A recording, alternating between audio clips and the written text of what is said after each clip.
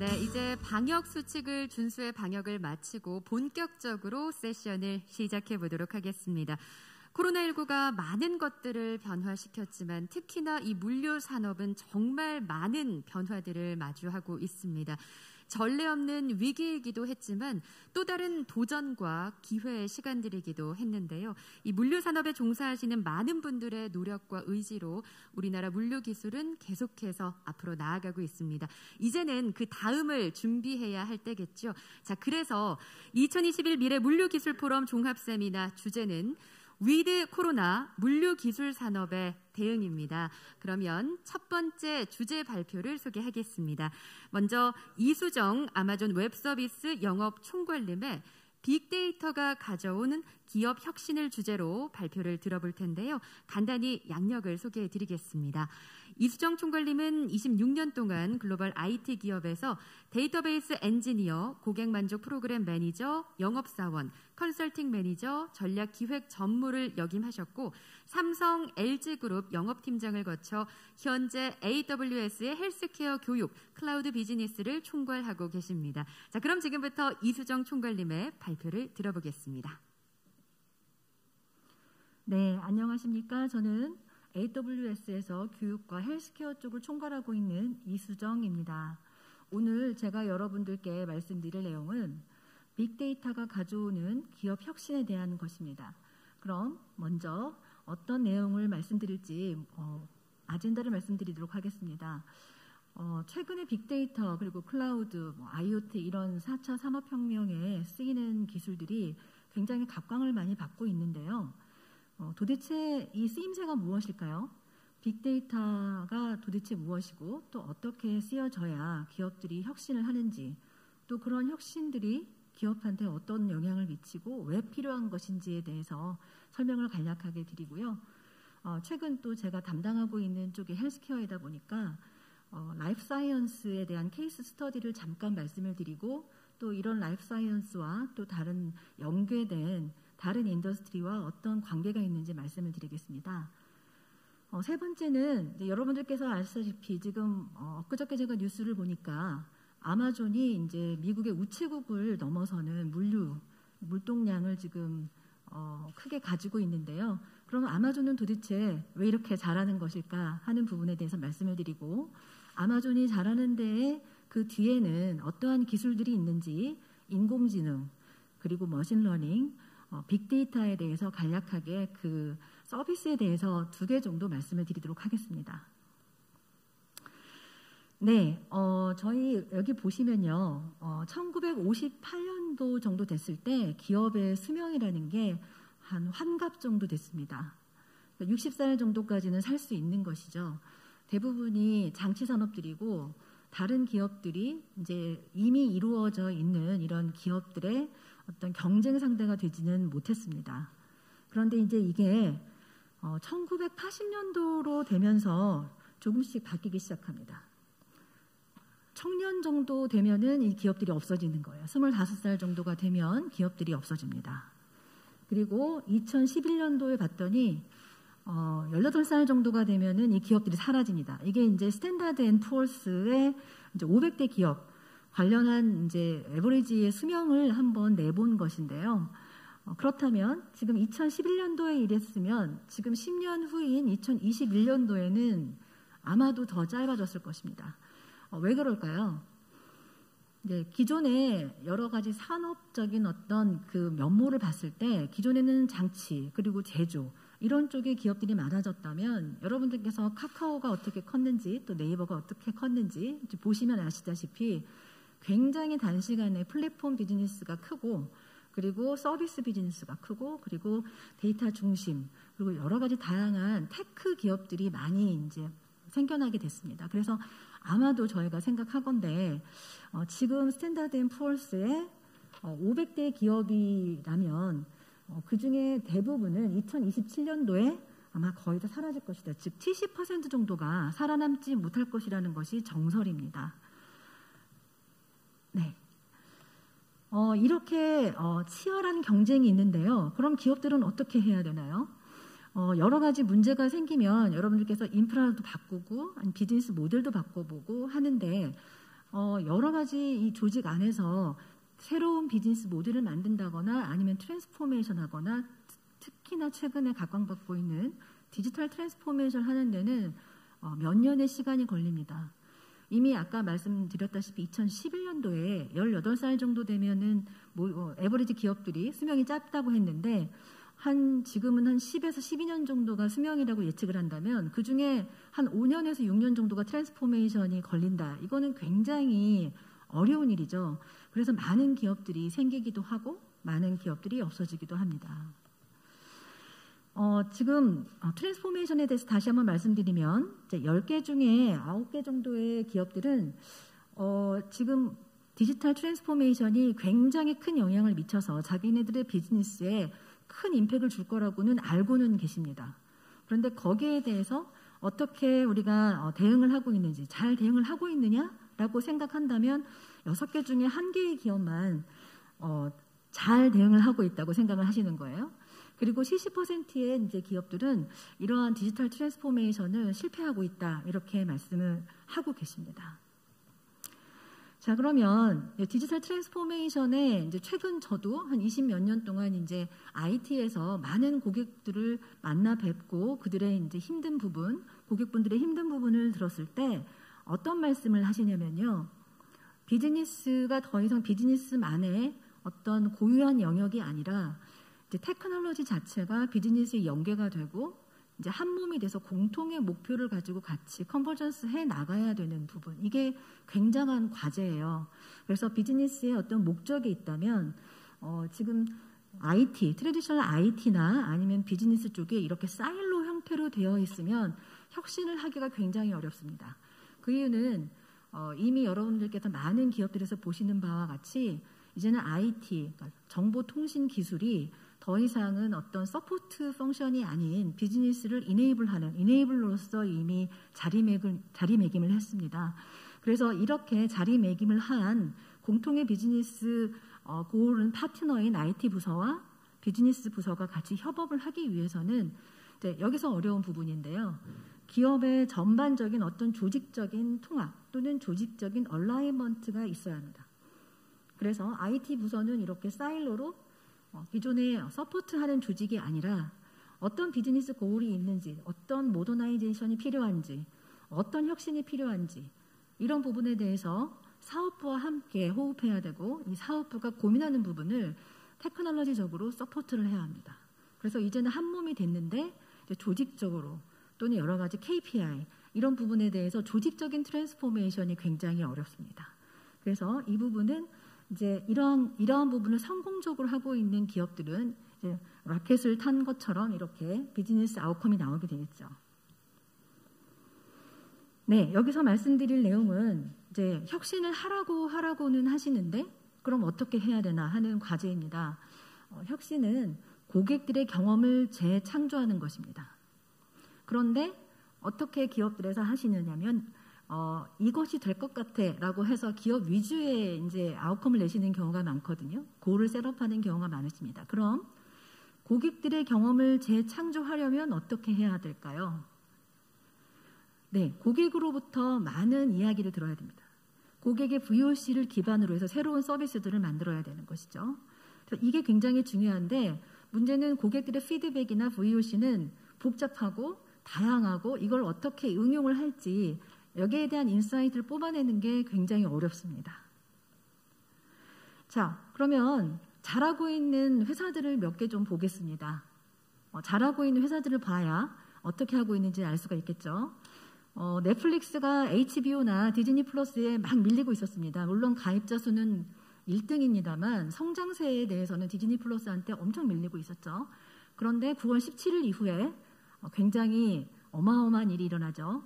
우리나라에서 만든 넷플릭스에서 오픈이 된 오징어 게임을 통해서 1억 명이었던 고객들이 지금은 2억 명 정도로 늘었습니다. 자, 그렇다면 오징어 게임 때문에 넷플릭스가 주가가 올랐고 아마존을 쓰고 있어서 아주 레이턴시 없이 서포트를 하고 있다. 이런 얘기를 제가 드리려고 하는 것이 아니라요. 그럼 넷플릭스가 어떻게 할까요? 오징어 게임을 보러 들어오신 여러 글로벌에 있는 많은 엔드 유저들 그리고 사용자들 고객들한테 한국의 드라마들을 많이 띄우겠죠. 왜냐하면 한국이 이런 드라마를 만든다는 걸 알았기 때문에 그 다음부터는 한국의 컨텐츠들을 위로 올립니다. 오징어 게임을 보고 반해서 한국의 어떤 컨텐츠들을 막 찾고 있는 고객들을 위해서 계속 지속적으로 한국에서 히트를 친 드라마들을 많이 올리는 거예요. 이걸 보고 뭐라고 하냐면 개인화, 퍼스널라이즈라고 합니다. 그럼 넷플릭스는 어떻게 이런 걸 하는 걸까요? 데이터를 수집을 하는 것이죠. 넷플릭스에 들어온 2억 명 또는 1억 명 정도의 고객들이 어떤 컨텐츠를 서치를 했는지 또는 어떤 컨텐츠 또는 드라마, 영화에 페이를 했는지를 모두 모읍니다. 그래서 이분이 이런 오징어 게임 같은 약간 하드코어 이런 그 서스펜스가 있는 이런 드라마도, 스릴이 있는 드라마도 있지만 또는 뭐 사랑의 불시착이라든가 최근에는 이제 헬바운드라서 지옥이라는 드라마가 지금 1등을 하고 있죠. 이런 여러 가지 도깨비라든가 일단 공유가 나왔으니까 도깨비를 추천한다든가 그렇죠. 이런 여러 가지 것들을 가지고 개인화를 하면서 더 많이 돈을 쓰게 만듭니다. 그래서 지금 HBO하고 디즈니 플러스가 많이 따라왔는데 다시 또 넷플릭스가 한국의 드라마로 인해서 주가도 오르고 고객들이 2배 정도 늘어난 상황입니다. 줌 이야기는 이제 갑자기 코로나 상황으로 인해서 유연성을 가지고 화상회의를 해야 하는 상황에서 한 1,000만 명 정도 일일 사용자가 있었는데 이게 이제 뭐 3억 명 정도로 한 몇 주 만에 올린 이야기를 드리는 거고요. 특별히 데이터와는 상관이 없기 때문에 제가 일단 다음으로 넘어가겠습니다. 네, 크레딧 카드를 사용하시다 보면 우리나라는 이제 부산하고 서울하고 거리가 KTX나 SRT를 타면은 한 2-3시간 정도는 가죠. 그런데 이제 큰 나라 같은 경우는 이제 카드사가 언제 어디에서 어느 위치에서 카드가 사용되는지를 살펴본다면 어디에서 잘못 사용하고 있는지 또는 이게 복제 카드가 잘못 사용되고 있는지를 볼 수가 있습니다. 예를 들어서 A 위치에서 신용카드를 처음 사용했는데 2시간 이후에 H에서 5,000km 떨어진 B 위치에서도 동일한 카드가 사용되었다. 예를 들어서 우리나라에서 사용을 했는데 저기 아이슬란드 뭐 이런 데서 똑같은 카드가 사용되었다면 2시간 내에 이 카드를 가지고 물리적으로 이동이 불가능하죠. 그렇다는 얘기는 누군가가 시스템을 속이고 뭔가 가짜로 어떤 되게 범죄를 저지르려고 한다는 이런 상황을 알 수 있습니다. 이런 것도 다 어떻게 알 수가 있느냐. 고객이 어느 위치에서 어떤 카드를 사용했고 이게 인터넷으로 접근을 했는 건지 아니면 오프사이트로 접근을 했는지 이런 정보들을 다 가지고 고객을 서비스하기에 알게 됩니다. 네, 다음으로 잠깐 말씀드릴 거는 이제 생명과학인데요. 클라우드의 기술이 발달이 되면서 인간의 유전체의 데이터들을 많이 다룰 수 있게 됐습니다.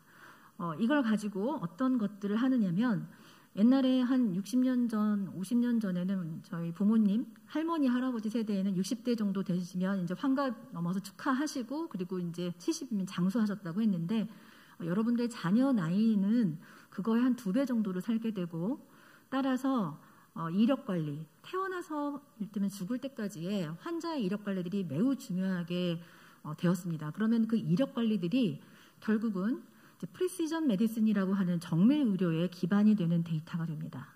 그런데 이제 여기서 더 나아가서 저희가 웨어러블 디바이스라고 하는 것들이 있죠. 스마트라고 불리우는 여러 가지 것들이 있습니다. 뭐 팔찌, 반지 여러 가지 것들이 있고 심지어는 나이키 운동화에 칩 같은 게 있어서 어디에 이 사람이 위치해 있는지 등등이 있습니다. 그러면 그것들이 다양한 이커머스 그리고 유통과 연결이 돼서 결국에는 많은 상업적인 컨버전스가 일어나고 있습니다. 이러한 모든 것들도 다 기본적으로 데이터를 기반으로 혁신을 지속하고 있고 고객의 경험을 다시 창조하고 있는 부분입니다. 네, 그러면 우체국보다 커진 아마존 이야기를 간단하게 좀 드리겠습니다. 아마존은 1994년도 제프 베조스 회장이 유래에 이를테면 미국의 테크 재벌들이 그러듯이 차고에서 책을 팔기 시작을 했고 1995년도에 정식적으로 온라인 서점이 된 이후에 프레쉬, 퍼블리시, 킨들 그리고 게임 지금 프라임은 한국에 이제 곧 상륙을 하게 됩니다. 지금은 이제 유통이 11번가하고 이제 협업을 하게 돼 있죠. 여기서 이제 가장 중요한 부분은 그러면 어떻게 아마존은 계속 잘하는가? 다 잘하진 않습니다만 잘하는 게 많았습니다. 이유는 뭐냐면요. 아까 넷플릭스가 한국 드라마를 보면 많은 부분 한국 드라마를 띄우듯이 아마존도 데이터 기반으로 신규 서비스를 계속 출시했습니다. 맨 왼쪽에 보시면 이제 여기 물류 유통 얘기를 하시는데 드론입니다. 실제로 하루 안에 배송을 해줘야 된다거나 2-3시간 안에 뭔가 딜리버리가 해야 되는 경우에 라스트 마일 딜리버리라고 하는 드론을 이용한 딜리버리가 이제 가능하고요.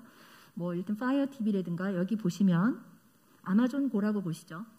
이제 눈 같은 사람의 인지 능력하고 똑같은 비전 기술을 이용해서 실제로 무인 점포를 운영하고 있는 상점입니다.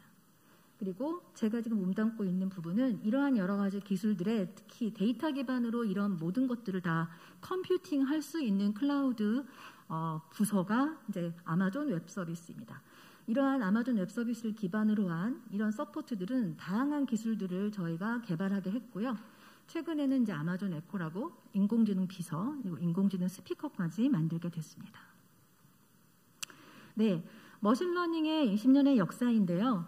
앞서 말씀드린 바와 같이 이제 아마존 안에서는 고객의 다양한 피드백을 통해서 수천 명의 엔지니어들이 데이터에서 어떤 인사이트를 뽑아서 고객의 경험을 재창조할 것인지에 대해서 연구를 하고 있습니다.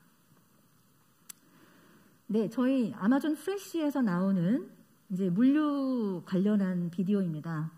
여기서 보시면 아시다시피 이제 딸기를 고르고 있는데 육안으로 저희가 딸기를 고르게 되면 그 퀄리티가 굉장히 다양하겠죠. 그래서 비전 기술을 이용해서 이제 비전 기술 저희는 레코그니션이라고 하는 서비스인데요.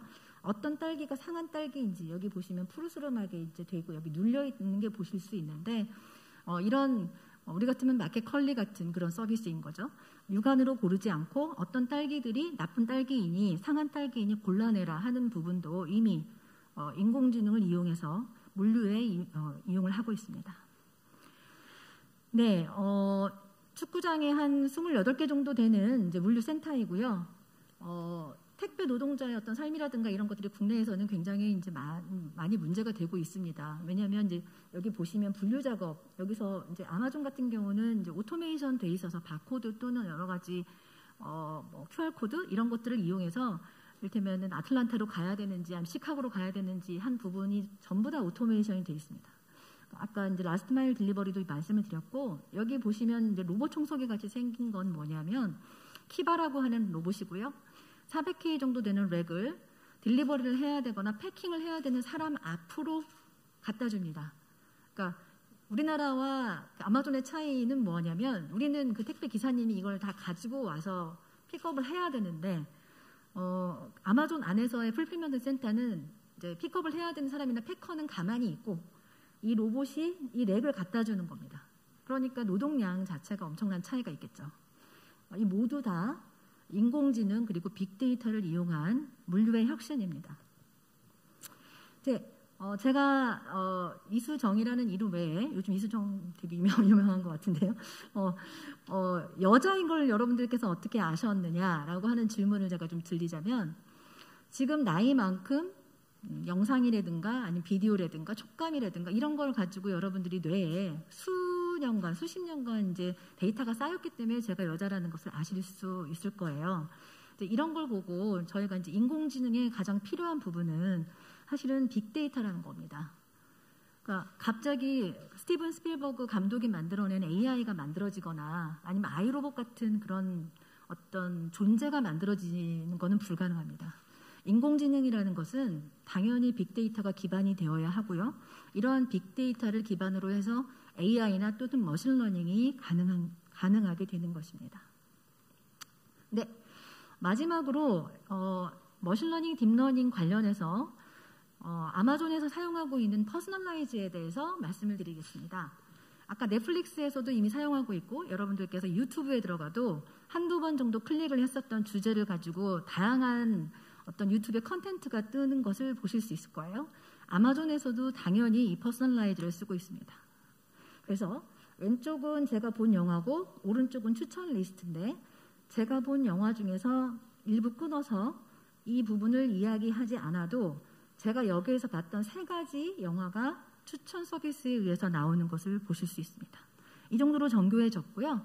이 인풋 데이터를 조금 더 많이 사용하면 훨씬 더 정교한 서비스를 받을 수 있습니다. 마지막으로 아까 아마존 프레시에서 딸기를 고르는 기술을 말씀을 드렸는데 레코그니션이라는 기술입니다. 여기서는 이제 곰이죠. 사납기 때문에 민가를 습격하면 서로 죽거나 다치거나 하게 됩니다. 그래서 이 곰을 인지를 해서 실제로 민가를 습격하지 않게 만들어서 공공사업에 사용하고 있는 예이고요. From video live stream enables secure smart collection of tens of millions of faces, even if they go in and out of frame. Face detection. 네. 얼굴 인식, 안면 인식 기술을 이용해서 이제 범인을 잡는 부분이 있는데 이 부분은 사실 개인정보 보호 때문에 상용화되어 있지는 않고 여기서 말씀을 드리는 것은 이제 이런 기술들도 이미 가용화되어 있다. 법의 어떤 규제의 문제라는 것을 말씀을 드립니다. 네, 여기까지 짧게 지금 AI 그리고 인공지능 그리고 그것의 바탕이 되는 빅데이터들이 어떻게 고객 경험을 바꾸고 그리고 아마존 및 다른 기업들을 혁신을 시키는지에 대해서 간략하게 말씀을 드렸습니다. 들어주셔서 감사합니다. 네, 감사드립니다. 이수정 아마존 웹서비스 영업 총괄님의 주제 발표 함께 하셨습니다. 이 디지털 대전환 시대에 빅데이터는 가장 중요한 화두 중에 하나입니다. 이 빅데이터가 우리 삶에 그리고 기업의 혁신에 어떤 영향을 주는지 살펴보면서 또 우리 물류 산업에 어떻게 적용할 수 있는지 생각해보는 뜻깊은 시간이었습니다. 그러면 다음 주제 발표로 이어가 보도록 하겠습니다. 두 번째 주제 발표는 멀리 싱가포르에서 영상으로 함께해 주셨습니다. 배민주 글로벌 포트 파트너스 대표님께서 발표해 주실 텐데요. 주제는 이커머스 물류 기술의 발전입니다. 배민주 대표는 해양산업에서 10년 이상의 연구 및 컨설팅 경험이 있는 전문가로 싱가포르, 부산, 로테르담 등에서 활동하고 있습니다. 2018년부터 글로벌 포트 파트너스에 소속돼 현재는 대표로 계시는데요. 함께 영상으로 모시겠습니다. 안녕하세요. 반갑습니다. 싱가포르 글로벌 포트 파트너스의 매니징 다이렉터 배민주입니다. 2021년 미래 물류 기술 포럼에 초대해 주셔서 감사합니다. 오늘 제가 여러분과 나눌 주제는 이커머스 물류의 발전이라는 주제로 글로벌 이커머스 시장과 동남아시아 이커머스 시장의 현황을 함께 짚어보도록 하겠습니다. 먼저 간단히 글로벌 이커머스 시장의 추세를 살펴보도록 하겠습니다. 지금 보시는 그래프는 글로벌 리테일 산업의 성장세를 보여주고 있습니다. 코로나 상황이 발생하기 전인 2018년부터 2022년까지의 성장 추세인데요. 꾸준한 성장세를 보이다가 2022년 마이너스 성장세를 보이고 있습니다. 코로나 상황으로 인해서 재택근무가 일반화되고 국경 폐쇄라든지 사회적 활동이 제한되면서 불확실한 경제 상황으로 인해서 소비자들의 소비가 위축 됨으로써 오프라인 리테일 비즈니스에 큰 타격을 입은 것으로 분석이 됩니다. 하지만 올해 2021년에 접어들면서 온라인 리테일이 급격한 상승세를 보이고 있는데요. 전반적인 리테일 산업 성장세가 올해 회복이 된 것으로 보입니다. 그래서 약 12.9%의 회복세를 보였습니다. 보고 계신 그래프는 리테일 세일즈에 있어서 이커머스가 차지하는 비율을 보여주고 있는데요. 보시다시피 코로나 발생 이전부터 2025년까지 전반적인 성장 추세를 관찰하실 수 있습니다. 보고 계신 그래프는 글로벌 이커머스에 있어서 이커머스가 차지하는 비율을 보여주고 있는데요. 현재 미화 약 4조 2천억 원 정도로 규모가 집계가 되고 있고 2025년 예상 규모는 약 7조 3천억 규모가 될 것으로 보입니다. 그럼 이번에는 아세안 이커머스 시장을 간단히 살펴보도록 하겠습니다. 예, 지금 보고 계신 그래프는 브루나이를 제외한 아세안 국가들과 중국 그리고 미국의 이커머스 시장 규모를 보여주고 있는데요. 2016년과 2020년 시장 규모를 비교를 해보았을 때 중국과 미국은 약 2배의 안팎의 성장세를 보여주고 있고 아세안 시장은 약 6배의 성장세를 보여주고 있습니다. 이는 기본적으로 이 아세안 시장의 빠른 경제 성장세와 함께 미들 클래스가 증가하고 있기 때문으로 분석할 수 있겠습니다. 특히 인도네시아, 말레이시아, 그리고 필리핀, 싱가포르, 태국, 베트남 이렇게 주요 동남아시아 6개국에서의 이커머스 시장 성장세가 두드러지는 것으로 나타났는데요. 인도네시아의 경우에는 인구면이나 국토면에서 동남아 최대 국가로서 이커머스 시장도 가장 클 것으로 예상이 되고 있습니다. 지금 보고 계신 그래프에서는요, 왼쪽에 있는 그래프 같은 경우에는 코로나 이전과 팬데믹 상황 그리고 포스트 팬데믹 상황으로 나눠 보았을 때 동남아시아 주요 6개국의 이커머스 이용 빈도를 나타내고 있습니다. 대부분의 동남아시아 국가들이 도시 레벨이나 국가 레벨의 락다운을 수차례 겪었습니다.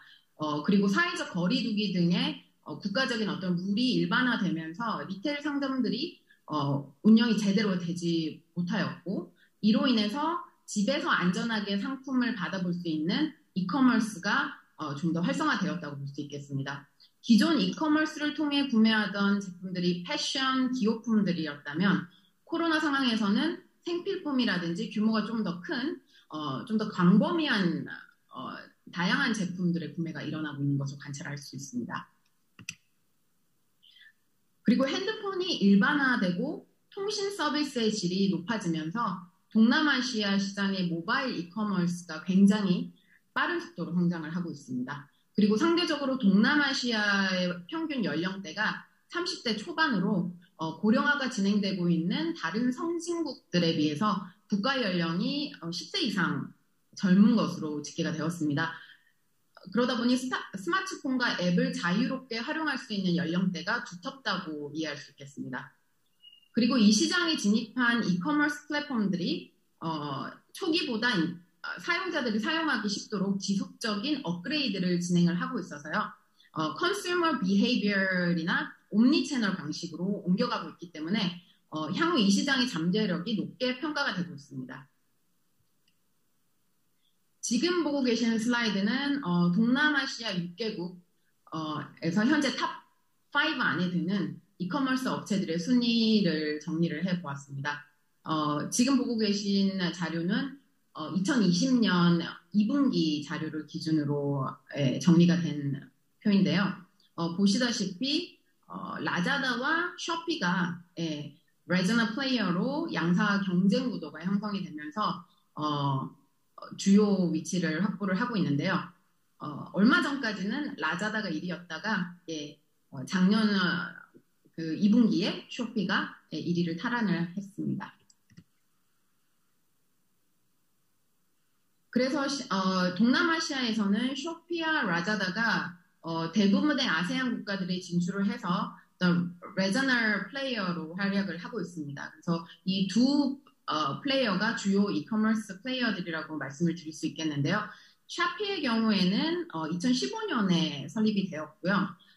샤피의 모체는 나스닥에 상장된 싱가포르의 게임 업체인 C그룹입니다. 그래서 C그룹의 40% 정도의 지분이 현재 중국의 텐센트가 지분을 인수를 한 것으로 발표가 되었는데요.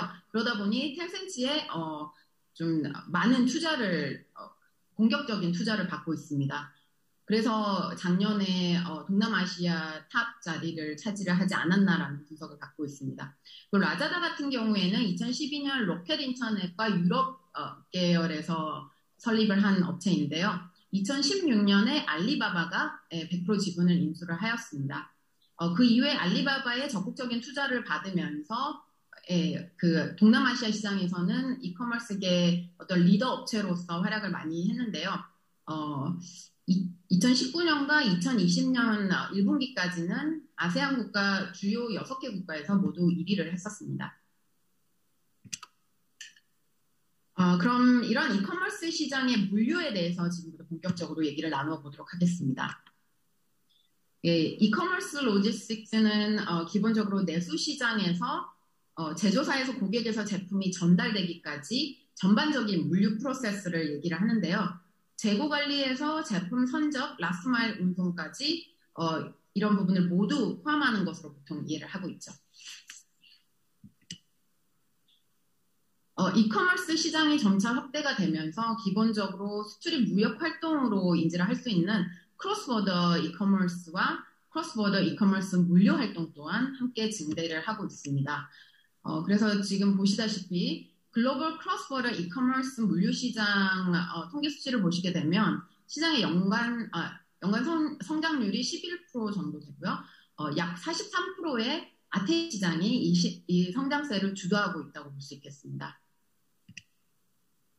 그리고 글로벌 이커머스의 양대 산맥이라고 할 수 있는 아마존과 알리바바의 물류 모델을 비교해서 설명을 드리겠는데요. 아마존의 경우에는 어셋 헤비 방식으로 대부분의 물류 설비를 자가 소유를 통해서 전반적인 공급망을 아마존 방식으로 통제를 하면서 운영을 하고 있고요. 반대로 알리바바의 경우에는 어셋 라이트 방식으로 어떤 집중적인 설비에 대한 투자보다는 물류 플랫폼을 런칭을 하여서 이 알리바바의 물류 플랫폼을 통해서 전 세계 다양한 물류 업체들이 셀러들과 교류를 통해서 적합한 서비스를 찾아 나갈 수 있도록 이러한 공간을 제공을 하고 있습니다. 먼저 아마존 물류 모델에 대해서 설명을 드리자면 아마존 물류 같은 경우에는 앞서 말씀드렸다시피 아마존 자체에서 전체적인 공급망을 관리를 하고 싶어 하기 때문에 가장 초기에는 미들마일의 풀필먼트 센터들에 대한 투자가 많이 이루어졌고요. 현재는 라스트 마일과 퍼스트 마일 쪽에 투자가 많이 이루어지고 있습니다. 그래서 이런 물류의 활동을 조금 더 효율화시킬 수 있는 설비들인 솔테이션 센터라든지 딜리버리 스테이션 등 다양한 설비들과 다양한 서비스들이 함께 런칭이 되어서 운영이 되고 있습니다. 네, 앞서 말씀드린 것과 같이 1990년대 후반부터 아마존은 꾸준한 물류와 이 물류 관련 기술 혁신 분야에 많은 투자를 하고 있는 것을 보실 수가 있습니다. 이러한 투자는 기본적으로 아마존이 제3 물류 플레이어들에게 의존하고 있는 이 의존도를 줄여나가는 일련의 과정들로 이해할 수 있겠습니다. 알리바바의 물류 모델에 대해서 잠깐 보도록 하겠습니다. 지금 보시는 형태는 이제 알리바바의 크로스보더 물류 솔루션의 전반적인 피규어라고 보실 수가 있겠는데요. 알리바바의 이 물류 플랫폼인 차이니아오에 대해서 간단하게 알아보도록 하겠습니다. 네.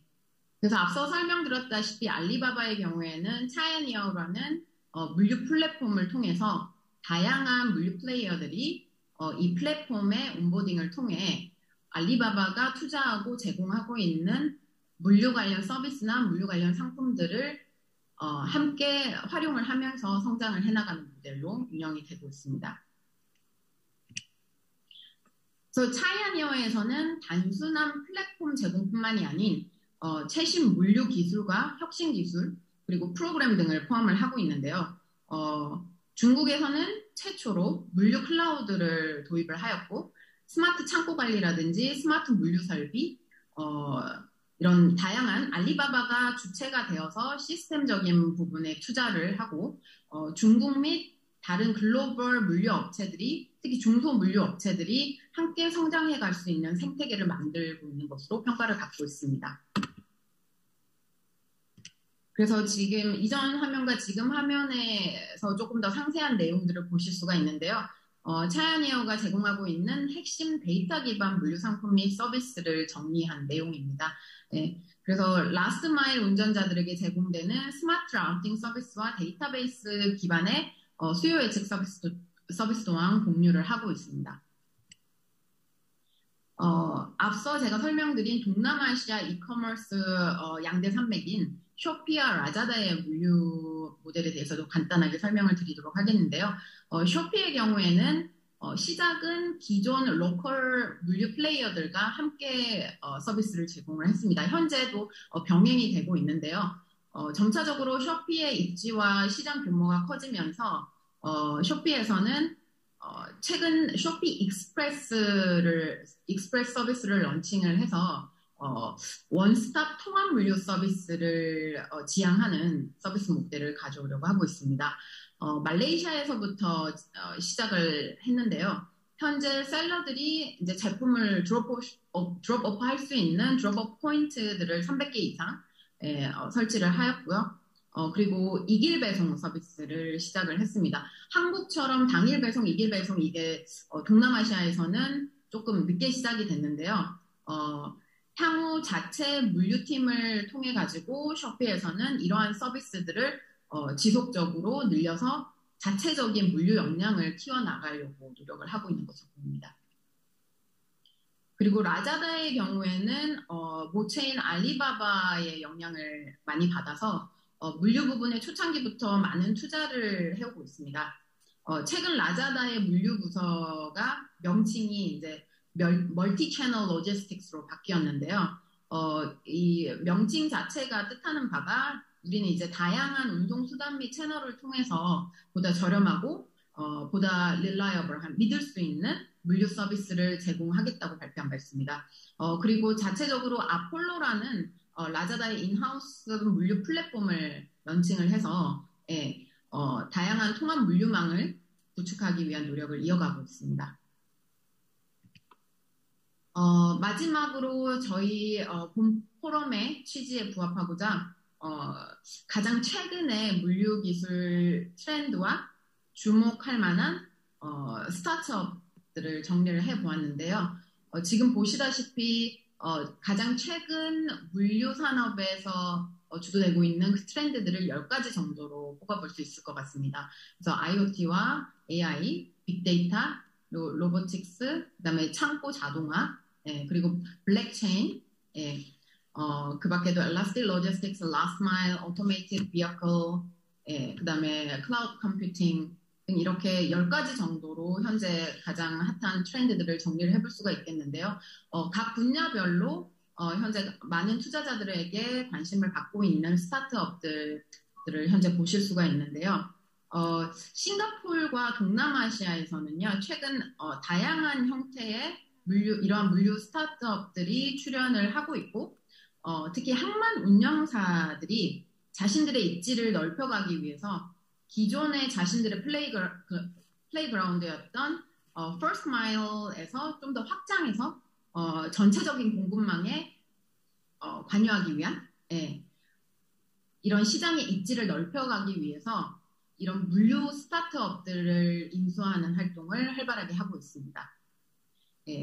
그래서 기본적으로 물류 비용과 배송 시간은 이커머스의 핵심 요소라고 볼 수 있겠습니다. 따라서 이러한 물류 비용을 낮추고 수요 예측 기술을 통해서 미리 제품을 시장 인근으로 이동시켜 놓는, 그래서 배송 시간을 줄일 수 있는 이러한 방식이 계속 연구되지 않을까 싶습니다. 그리고 배송 추적과 실시간 정보의 흐름은 이커머스에 있어서는 굉장히 중요한 고객 서비스 부분인데요. 크로스보더 시장이 확장이 될수록 정보의 흐름은 더욱 복잡해질 수밖에 없습니다. 따라서 공급망 관계자들이 공유할 수 있는 보완화된 통합 디지털 플랫폼의 필요성이 대두될 것으로 보입니다.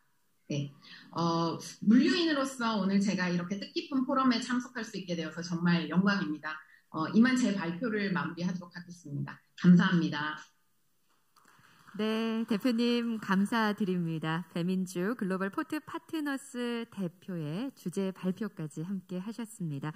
이커머스 물류 기업들 그리고 이커머스 산업의 최신 트렌드까지 짚어볼 수 있는 뜻깊은 시간이었습니다. 2021 미래 물류 기술 포럼 종합 세미나 첫 번째 세션은 여기서 마무리하고요. 저희 방역을 위해서 잠시 휴식 시간을 갖겠습니다. 저희는 잠시 후 오후 3시에 돌아올 텐데요. 잠시 휴식하시고 3시까지 돌아오시면 되겠습니다. 잠시 후에 뵙겠습니다.